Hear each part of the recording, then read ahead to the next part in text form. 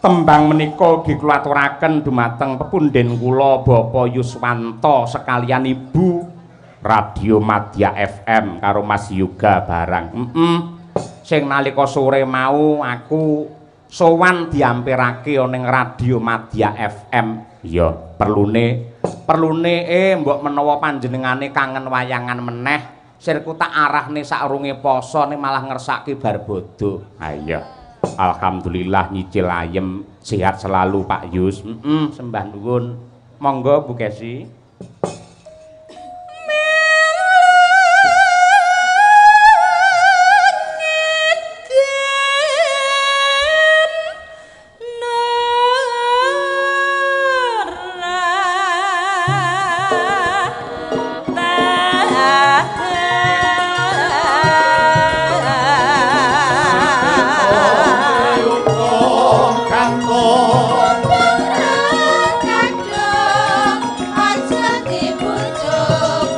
Gak gawe bingung yen tan melu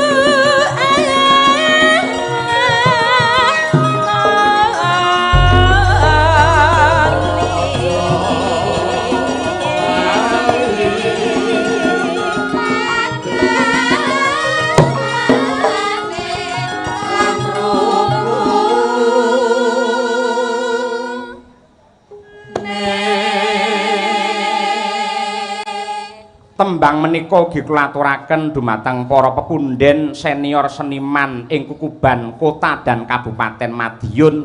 Ya, mligine katur dumateng Bapak Haji Muhammad Syakirun. Sugeng lenggah ana ing dalem monitor Kuntadi Channel. Ya, ora kersa rene, kersa ningko pas menyura. Ha iya. Ora apa-apa, ora apa-apa wong panjenengane iki remene ning lakon. Ha iya. Sembah nuwun. Monggo Bu Kesi. Boya keduman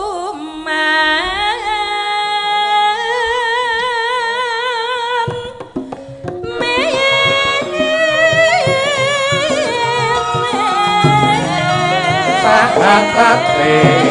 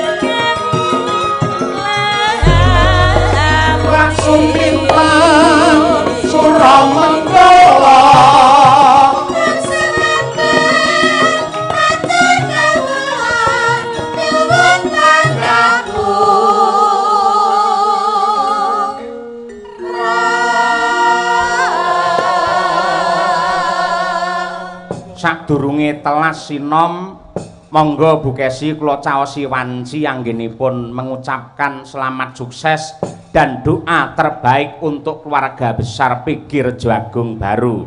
Monggo Bu. Ngaturaken panuwun ingkang tanpa upami dumateng keluarga besar PG Rejo Agung Baru yang pada malam hari ini mengadakan tasyakuran tutup giling nggih Pak Dalang. Nggih leres. Mugi-mugi setiap tahun hasil selalu melimpah ruah dan bertambah, para petani semakin sejahtera, para pejabat dan masyarakat juga saling bahu-membahu. Akhirnya seluruh masyarakat Indonesia kebutuhan gulanya bisa tercover sepanjang masa. Amin ya rabbal alamin. Telaske Bu Kesi. Luwe